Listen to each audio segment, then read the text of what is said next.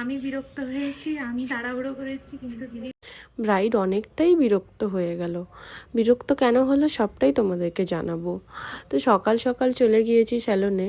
সকাল সকাল যাওয়ার কারণটা হচ্ছে এই যে দেখতে পাচ্ছ এঙ্গেজমেন্ট ব্রাইডের বুকিং ছিল। ব্রাইড আমাকে টাইম দিয়েছিল সকাল 6টায়। তো 6টায় ও আসতে পারেনি, ওর বাড়ির কোনো কিছু রিচুয়ালস থাকার জন্য।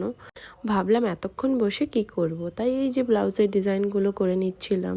তোমরা নিশ্চয়ই আগে দেখেছো, ভিডিও শেয়ার করেছিলাম তোমাদের সাথে ব্লাউজের ডিজাইনের।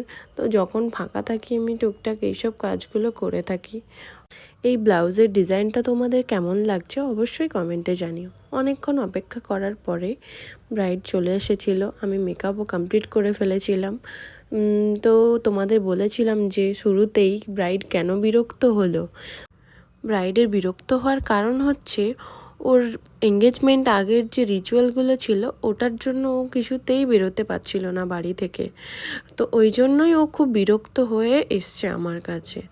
মাঝখানে তো ও আমাকে কল করে বলেই দিয়েছিল যে দিদি হয়তো আমি আসতে পারবো না, বাট ও এসছে, এতেই আমি খুশি হয়েছি। ও এসেছে, ওর কাজটা আমি করতে পেরেছি, এতেই আমি খুব খুশি হয়েছি। তো তোমরা যারা যারা ভাবছো নিজেদের স্পেশাল দিনগুলোতে এভাবেই সাজতে চাও, তো অবশ্যই আমাদের সাথে যোগাযোগ করতে হবে। তারপরে আমি এক এক করে হেয়ার স্টাইল করে জুয়েলারিগুলো পরিয়ে নিয়েছিলাম। তোমরা দেখো ফুল লুকটা কতটা ন্যাচারাল রেখেছি আমি, কারণ ডে মেকআপ ছিল আর আমার ন্যাচারাল লুকটাই খুব ভালো লাগে।